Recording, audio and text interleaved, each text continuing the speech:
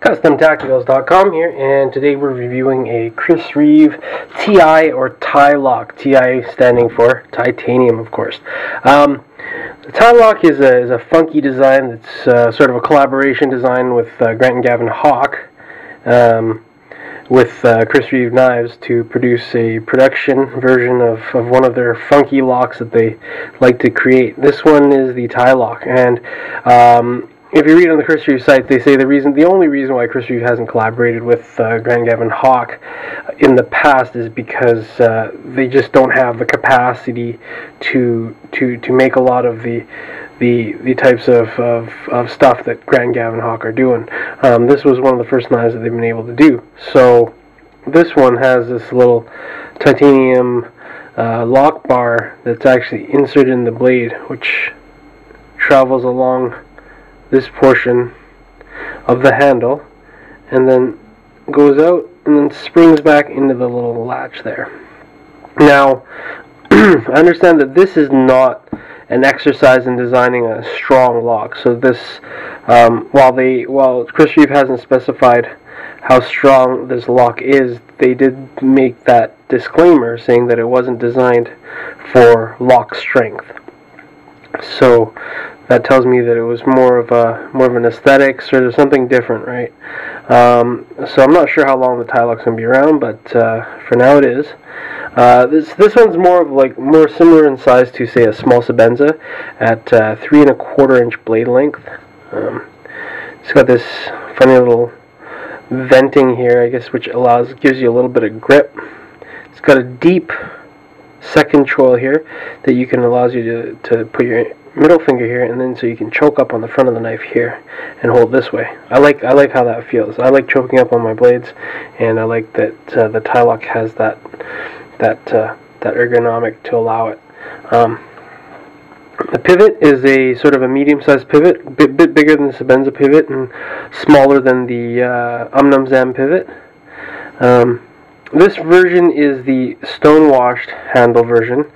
Not sure if it costs more than the blasted version or not. So, but I suspect it may cost a little bit more.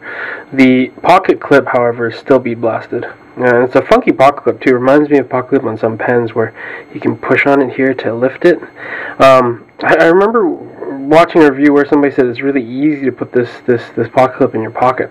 I actually found it quite difficult because it doesn't have that usual sort of raised area in the front, so you have to kind of push down on this at the same time as you slide in your pocket, otherwise it doesn't go in there. While it looks really cool and I think it's a neat design, I would have preferred a little more curve up so I didn't have to push on this when I stuck in my pocket. Maybe in time it'll work itself a little bit looser and work better, or maybe I'm just not doing it properly, and eventually I'll get used to it too. But that was just one little gripe, but it looks pretty cool, so I couldn't complain too much. It also has the Idaho made indication there on the handle, which has been starting to appear on all the Chris Reeve knives now.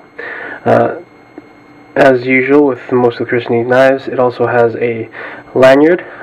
This one is secured with a little sort of a nib here, so I guess it sits well in there when you're holding. It's not in the way. Why they chose to put a nib here instead of adding material and putting it on the back, I don't know.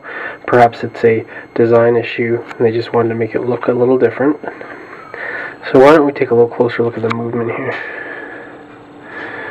So this is the brass dumbbell here that holds the lock in, and what you do is you lift it from here, and it comes out of that little notch there and travels all the way along there, and then the little detent for it there, which keeps it closed.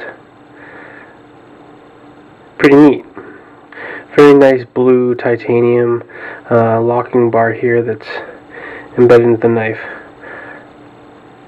So that is the mechanism. That's the entirety of it.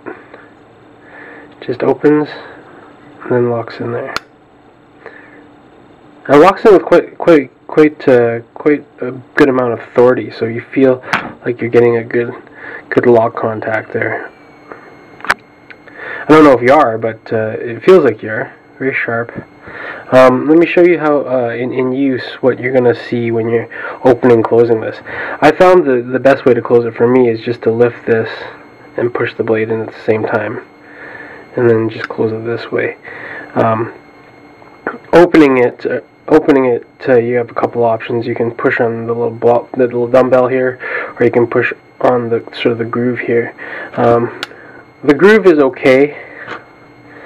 The dumbbell, I find, because I'm used to thumb studs, it actually feels more natural for me to push the thumb stud, and I feel like the travel distance is a little bit shorter. So I found that, like, with the thumb stud, it's a bit, or with the dumbbell, it's a little bit more natural. And this one, I feel like my thumb could slip at any point, especially towards the end. One other way you could close it is you can actually do it with one hand if you want to push on the dumbbell and dislodge it. So you kind of have to lift the dumbbell out and push forward at the same time, and then you could just use your other hand to slide it out. So you're like that.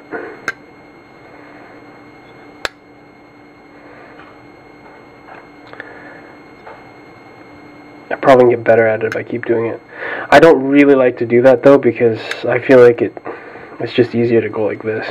Then I'm thinking less about it when I do it. The more I think about it, the more chance I have to probably cut myself. So still prefer the one-handed opening, two-handed closing. But yes, a very nice knife. I think it's well engineered. It's a beautiful looking knife. Would I ever carry something like this? Probably not. I don't know how much I like this lock. Looks a little weird. Don't know how much I can trust it if I'm cutting something. What if the material I'm cutting catches on this and and slips it? It's nice looking knife from Chris Reeve. They did a good job with it, but I'm not sold on the lock. So hope you guys enjoy the review and gives you some insight into the new Ti-Lock from Chris Reeve. Have a good one.